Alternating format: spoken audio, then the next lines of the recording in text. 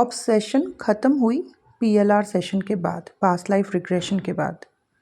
नमस्ते दोस्तों, मेरा नाम है उर्वशी जोशी और ये है मेरा चैनल 333 हाई प्रीस्टेस। दोस्तों, पीएलआर सीरीज़ में ये एक और मेरा वीडियो है और इस वीडियो में मैं आपके साथ शेयर करूँगी एक पर्सन के ऑब्सेशन की स्टोरी। ये जिनकी स्टोरी मैं आपके साथ शेयर कर रही हूँ, वैसे ये पिछले 6-7 महीने से जो है अपने इनर चाइल्ड हीलिंग और सबकॉन्शियस माइंड हीलिंग सेशंस के लिए मुझसे ये कनेक्टेड हैं। काफ़ी सेशंस ये ले चुके हैं। इन सेशंस के बाद काफ़ी ज़्यादा हल्का ये फ़ील कर पा रहे हैं। पहले इनको एंजाइटी अटैक, ओवरथिंकिंग, बेचैनी, बहुत कुछ नेगेटिव इनके साथ हो रहा था। बहुत सारे नेगेटिव इमोशंस इनके जो है सरफेस पर आ रहे थे और इन्हें समझ ही नहीं आ रहा था। हालांकि इन्होंने एक साइकोलॉजिस्ट से कनेक्ट किया था, ये जाते थे वहाँ, लेकिन कुछ मतलब वहाँ पे कुछ सॉल्यूशंस निकल के नहीं आए। इनको कुछ वहाँ पे फ़ायदा हुआ नहीं।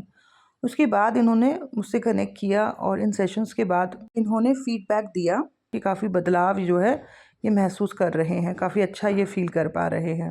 ओवर थिंकिंग या बेचैनी जो बहुत ज़्यादा हुआ करती थी वो काफ़ी कम हो गई है और जो एंजाइटी इश्यूज़ थे वो भी काफ़ी ज़्यादा जो है सॉल्व हो चुके हैं। तो ऐसे पॉजिटिव फीडबैक्स इन्होंने काफ़ी शेयर किए हैं मेरे साथ। एंड कुछ साल पहले ये एक मैरिज में गए थे अपने गाँव। वहाँ पे उस शादी में ये किसी से मिले, एक लड़की से, जो कि इनकी तरफ बहुत पॉजिटिव रिस्पॉन्स जो है इनको दे रही थी, इनकी तरफ देख रही थी। और उस लड़की को देख के, उससे मिल के, उसकी आंखों में देख के इनको ऐसा लगा कि जैसे ये इसको जानते हैं। और उससे मिलने के बाद से इनको हर वक्त उसी के थॉट्स, उसी के बारे में बस सोचते रहना, वही बस इनके माइंड में जो है चलने लगी। कुछ टाइम इनकी जो है व्हाट्सएप पे भी एक दूसरे से काफ़ी बात हुई, लेकिन फिर सडनली उस लड़की ने जो है इनसे बात करना बंद कर दिया। लेकिन वो लड़की ने इनको रिस्पॉन्स करना बंद कर दिया, सडनली बात करना बंद कर दिया, लेकिन इस पर्सन के माइंड में जो है कंटिन्यूसली वही पर्सन जो है चलती रहती थी, चलती रहती थी, चलती रहती थी। ये सोशल मीडिया प्लेटफॉर्म से जो है काफ़ी ज़्यादा उसको स्टॉक करते थे, उसकी लाइफ में क्या हो रहा है, वो क्या स्टोरीज डाल रही है, सब कुछ ये हर वक्त देखते रहते थे। और बहुत सारी चीज़ें जो वो लड़की अपडेट करती थी, इनको लगता था कि ये मेरे लिए उसका कोई रिस्पॉन्स है इनडायरेक्ट। मतलब वो बात नहीं कर रही है, लेकिन वो ऐसे स्टोरीज़ के थ्रू या जो भी वो शेयर कर रही है उसके थ्रू वो इनसे ही कम्युनिकेट कर रही है। तो ऐसा इनको बहुत स्ट्रॉन्ग लगता था, बहुत ज़्यादा।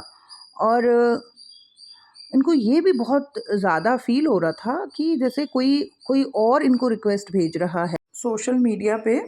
तो इनको बहुत स्ट्रांगली ये फ़ील होता था कि ये जो दूसरी आईडी से, दूसरे नाम से मुझे रिक्वेस्ट आई है ना, यही पर्सन नाम वाम बदल के मुझे जो है कनेक्ट कर रही है, मुझसे चैट्स वैट्स करना चाहती है। तो ये बात ना बहुत ज़्यादा इनके माइंड में चलती थी और इस तरह की चीज़ों में ये पर्सन जो है उलझ गया था। एक यंग पर्सन को फोकस करना चाहिए अपने करियर पे या अपने गोल्स पे, लेकिन अगर किसी का माइंड इतना ज़्यादा उलझा हुआ है इन सब चीज़ों में, उसको ओवर थिंकिंग हो रही है, उसके माइंड में इल्यूजन्स चल रहे हैं, तो ऐसा व्यक्ति कैसे कोई प्रोग्रेस करेगा। तो कुछ ऐसे ही हालात जो है इनके ख़राब हो रहे थे। इनको लग रहा था कि मानसिक स्थिति सही नहीं है, इसके लिए इन्होंने किसी साइकोलॉजिस्ट के साथ भी कनेक्ट किया, बट वहाँ इनको कुछ समझ नहीं आया। उसके बाद जो है जब इन्होंने सबकॉन्शियस हीलिंग सेशंस लिए तो उसमें बहुत सारी चीज़ें पीछे की निकल के आईं, जिसकी वजह से जो है इनका प्रेजेंट डिस्टर्ब हो रहा था। लेकिन इस लड़की के लिए इनकी ऑब्सेशन जो थी वो ख़त्म नहीं हो पा रही थी। ये बार बार जो है उसको सोशल मीडिया से जो है स्टॉक करते रहते थे, उसको देखते रहते थे, उसकी स्टोरीज़ को देखते रहते थे और उसका जो ख़्याल है वो हल्का नहीं हो पा रहा था। उसकी जो एनर्जी का प्रभाव इनके ऊपर पड़ रखा था वो कम नहीं हो पा रहा था। इस मैस्कुलिन का, इस पर्सन का जो है शुक्र की महादशा स्टार्ट हुई है अभी कुछ साल पहले।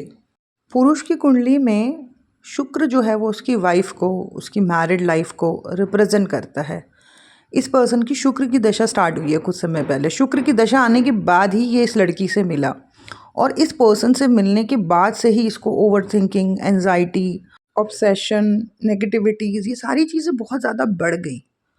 इस पर्सन का जो शुक्र है ना, वीनस जो है ना, वो अष्टम भाव में है, 8th हाउस में है।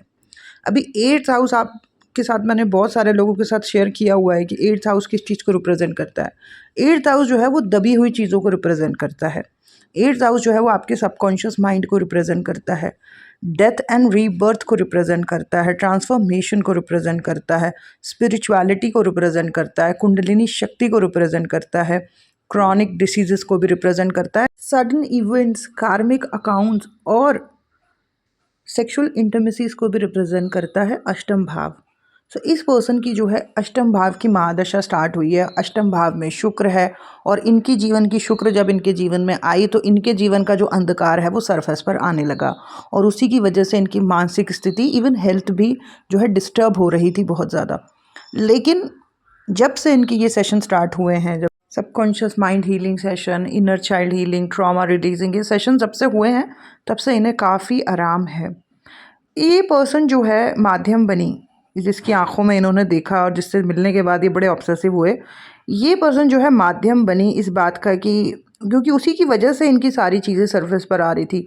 बचपन से जो दबी हुई चीज़ें थी वो सरफेस पर आ रही थी, पर इन्होंने अपना काम किया। इन्होंने जब से अपने ऊपर काम करना शुरू किया ये पर्सन अच्छा फील कर पा रहा है। दोस्तों, जिस जिस भी लड़के या लड़की, जिन भी लोगों का ना कन्या लगन है, वर्गो लगन है, फर्स्ट हाउस में जिनकी कन्या राशि है, उनके ना अष्टम भाव में मेष राशि आती है, 1 नंबर की राशि आती है। ठीक है, 1 नंबर लिखा होगा उनके वहाँ पे।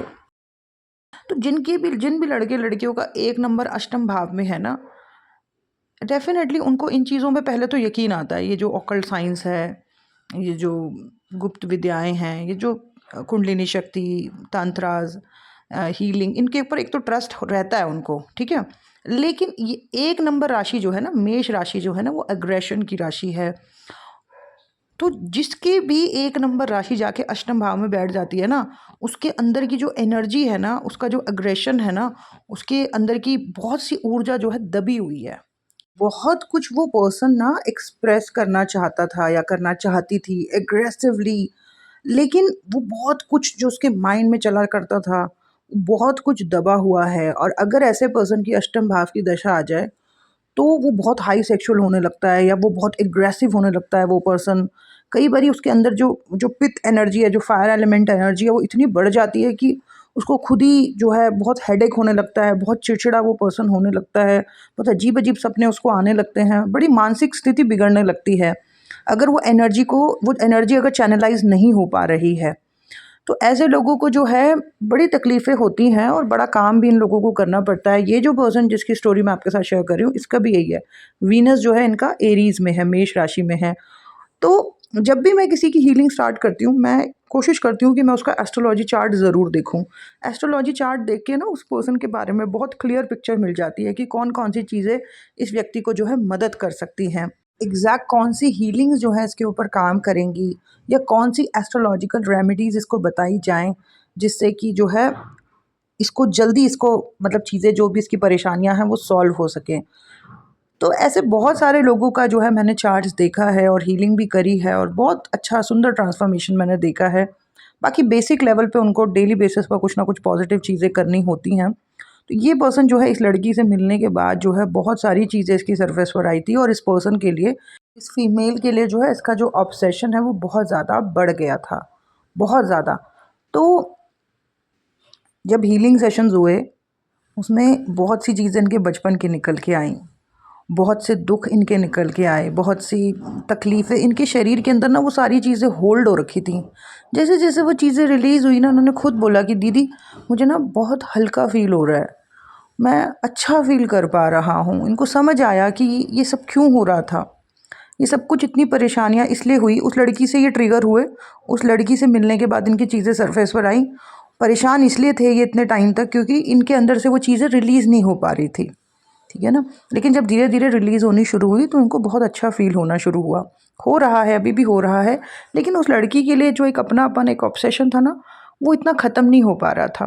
अब इस बात को जानने के लिए कि ये सब कुछ ठीक हो रहा है, लेकिन इस लड़की के लिए ये ऑब्सेशन जो है या इतना ज़्यादा जो जो ये अपनापन या इतनी ज़्यादा जो डिज़ायर है, वो कम क्यों नहीं हो पा रही है? इस बात को जानने के लिए पास्ट लाइफ़ रिग्रेशन किया इनका। अब जब पास्ट लाइफ रिग्रेशन किया इनका तो जो पास्ट लाइफ निकल के आई वो मतलब वो टाइम पीरियड बहुत बहुत पहले का था जहाँ पर अंग्रेज जो है वो हुकूमत किया करते थे ना, वो वाला ज़माना जो है इनको दिखाई दिया। और वहाँ पर इन्होंने देखा खुद को कि ये कुछ ऐसे कुछ लेबर टाइप के पर्सन हैं, मजदूर टाइप कुछ, और बहुत मेहनत कर रहे हैं, लेकिन कहीं पे बाज़ार में जो है इन्हें यही लड़की दिखाई दी। अपनी पास्ट लाइफ में, और इन्होंने देखा कि उसको मिलने के बाद जो है, या उस लड़की ने भी जब इन्हें देखा, तो दोनों को एक दूसरे के प्रति बहुत कुछ फील हो रहा है। बहुत देखा इन्होंने कि काफ़ी नज़दीकियाँ इनके बीच में बढ़ी, काफ़ी ये एक दूसरे के साथ जो है कनेक्टेड थे और बहुत करीब थे एक दूसरे के साथ। लेकिन जो है इन्होंने उस पास्ट लाइफ में देखा कि वो लड़की जो है फिर बीच में ही इनको छोड़ के जो है चली गई और फिर कभी लौट के नहीं आई। लेकिन इन्होंने खुद को देखा कि उसकी डिज़ायर में या उसके लिए जो इनको फीलिंग्स थी, उस चक्कर में जो है ये पर्सन बिल्कुल मैड हो रहा था, मैडनेस बढ़ रही थी। और इतनी मैडनेस बढ़ी कि इन्होंने देखा कि पास्ट लाइफ में इन्होंने आत्महत्या करी। इस लड़की की दूरियां इनसे बर्दाश्त नहीं हो रही थी और उस चक्कर में इस पर्सन ने जो है अपनी जान दे दी, आत्महत्या कर ली। और ये सारा सीन जब पिक्चर की तरह इनके सामने चला, इनकी इस रिग्रेशन में, पास्ट लाइफ रिग्रेशन में, तो उस सेशन से बाहर आने के बाद ना इनको समझ आया कि इन्होंने अपनी मतलब जो पुरानी लाइफ थी उसमें भी डिज़ायर और ऑब्सेशन के चक्कर में कैसे अपनी ज़िंदगी का नाश किया, कैसे खुद को बर्बाद किया। और इस लाइफ में भी ये यही कर रहे थे। जब से उससे मिले ऐसे ही दीवानापन, मैडनेस, ओवर थिंकिंग चल रही है। तो इस सेशन के बाद इनको समझ आया कि ये चीज़ मुझे रिपीट नहीं करनी है, ऐसा पागलपन, ऐसी अपनी ज़िंदगी का नाश, ऐसे अपनी बर्बादी नहीं करनी है। Life is so precious. तो ये चीज़ जो है इस पर्सन के दिमाग में जो है बैठ गई है कि मेरे को अपनी इस ऑब्सेशंस को अब धीरे धीरे रिलीज़ करना है, जो कि हो भी रही है। और स्पेशली मैंने देखा कि इस पास्ट लाइफ रिग्रेशन के बाद तो बहुत ही ज़्यादा इनकी आंखें खुली हैं। इनको ये बात अच्छे से समझ आई है कि मैं अपनी ज़िंदगी को ख़राब या बर्बाद या ऐसे वेस्ट नहीं होने दूंगा इस बार। तो मैंने देखा कि पास्ट लाइफ रिग्रेशन के बाद से बड़ा इनके अंदर चेंज आया है, बड़ा बदलाव आया है, और जो ऑब्सेशन थी बहुत ज़्यादा, वो काफ़ी कम हुई है। तो यहाँ पर इस पर्सन के लिए ये PLR सेशन बड़ा कमाल का रहा। इनकी आंखें खुली, इन्हें समझ आया कि लाइफ इज़ सो प्रीशियस। इस ज़िंदगी के साथ ये बहुत कुछ कर सकते हैं। इसे ओवर थिंकिंग, ऑब्सेशन में नहीं गंवाना है जैसे पास्ट लाइफ में गंवाया है। तो मैंने देखा कि कमाल का परिवर्तन, बड़ा सुंदर परिवर्तन इस व्यक्ति के अंदर आया है। काफ़ी कुछ इन्हें समझ आने लगा है।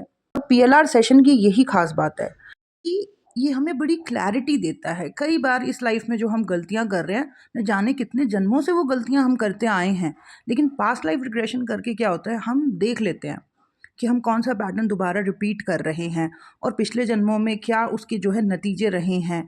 जब हम अपनी पास्ट लाइफ देख लेते हैं, काफ़ी कुछ समझ जाते हैं, तो हम इस लाइफ में वो गलतियां जो हैं हम दोबारा नहीं करते हैं। तो इस तरीके से पास्ट लाइफ रिग्रेशन थेरेपीज जो है वो काफ़ी व्यक्ति की जो है मदद करती है। सो बस दोस्तों, इस वीडियो में इतना ही। आगे भी आपके साथ शेयर करती रहूँगी पास्ट लाइफ रिग्रेशन जिन भी लोगों के मैंने किए, और इस सेशन के बाद जो उन्हें एक क्लियर पिक्चर मिली, जो उन्हें समझ आया, या जो परिवर्तन था जो मैंने उनमें महसूस किया, उनको लेके मैं आगे भी आपके साथ जो है वीडियो शेयर करती रहूँगी। इस वीडियो में इतना ही।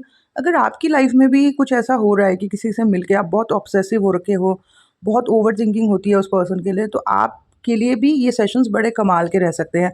आप जान सकते हो कि उसके साथ आपकी क्या हिस्ट्री थी, क्या पास्ट लाइफ थी, क्या कर्मा था। उस चीज़ को देख के, समझ के आपको काफ़ी कुछ समझ आएगा, काफ़ी क्लियर पिक्चर मिलेगी, और बहुत से इमोशंस जो आपके अंदर थे वो भी डिलीट हो जाएंगे। क्योंकि पास्ट लाइफ जब आप देखते हो तो वो इमोशनल फाइल्स आपके अंदर से हट जाती हैं, वो चीज़ें, वो इमोशंस, काफ़ी कुछ आपके अंदर से डिलीट होने लगता है। सो बस दैट्स इट दोस्तों। Thank you so much. God bless you all. Bye bye.